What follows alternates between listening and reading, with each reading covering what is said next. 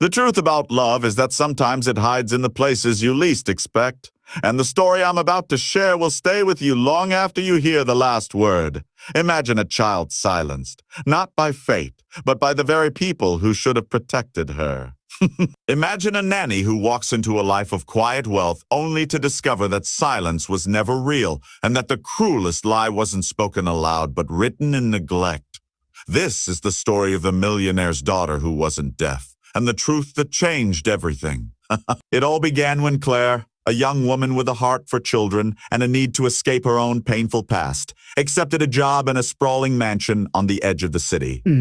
The house was too big for one little girl and her cold, distant father, but the man was wealthy, important, and always busy. His daughter, Lily, was introduced as a delicate child, born with a condition that left her deaf and withdrawn from the world. Claire's job was simple: care for Lily, follow the routines, and never question what she was told. But from the very first day, something about Lily's eyes unsettled Claire. They were alive, expressive, and filled with a yearning that didn't match the story of a girl locked in silence. Claire began noticing the small things, the way Lily's gaze would dart toward sudden sounds. The slam of a door, the tinkling of glass, the bark of the family dog. She would flinch, pause, or smile faintly when music drifted from the kitchen radio. The staff dismissed Claire's questions with sharp reminders. Lily is deaf. Don't confuse yourself with miracles that aren't there. But the nanny couldn't ignore what her heart told her. Something wasn't right. One evening, while reading aloud a fairy tale in the nursery, Claire swore she saw Lily's lips curve in response to a joke in the story. Her small shoulders shook as if she were holding back laughter. Claire froze, her own breath caught between hope and fear. Was it possible? Could Lily hear her? Driven by both compassion and suspicion, Claire decided to test it. The next day, when Lily sat by the window drawing, Claire whispered softly from behind her, "Lily, do you want to play outside?"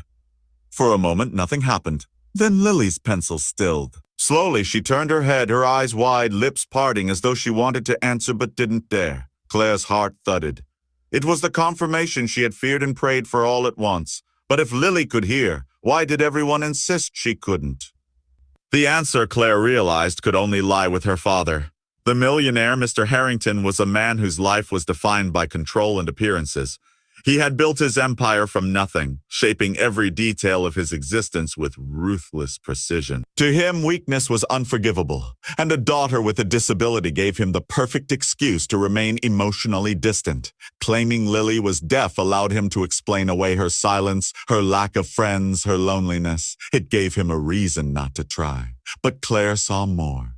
She saw a bright, sensitive girl who had been robbed of her voice not by nature, but by the cold neglect of the one person she needed most.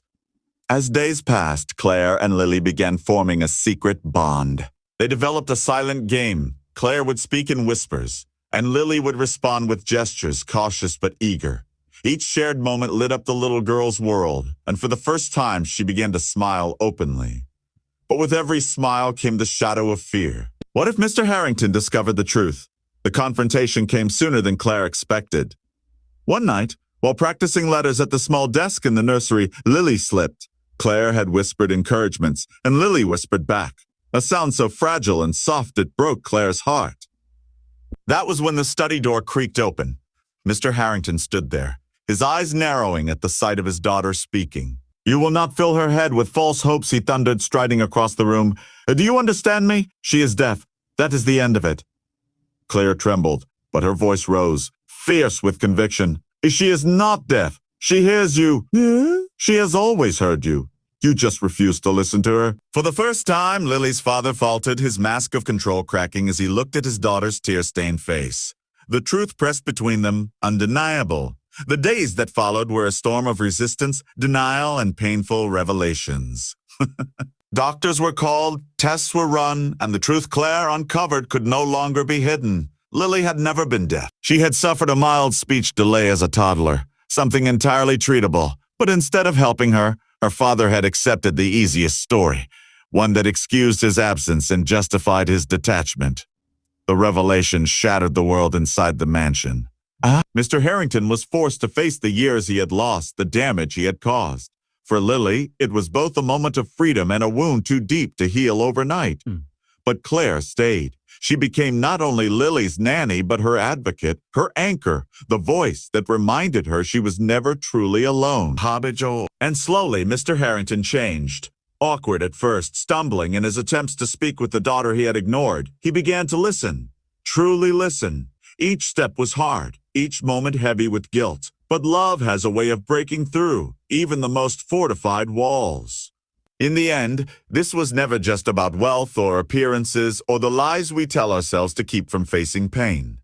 It was about a little girl who had been silenced and the woman who gave her voice back. It was about a father who learned that love cannot be bought, only given. And it was about the truth, that cruel, liberating truth that saved them all. So remember this, silence doesn't always mean absence. Sometimes it's the echo of love waiting to be heard. And sometimes it takes just one brave soul to uncover it.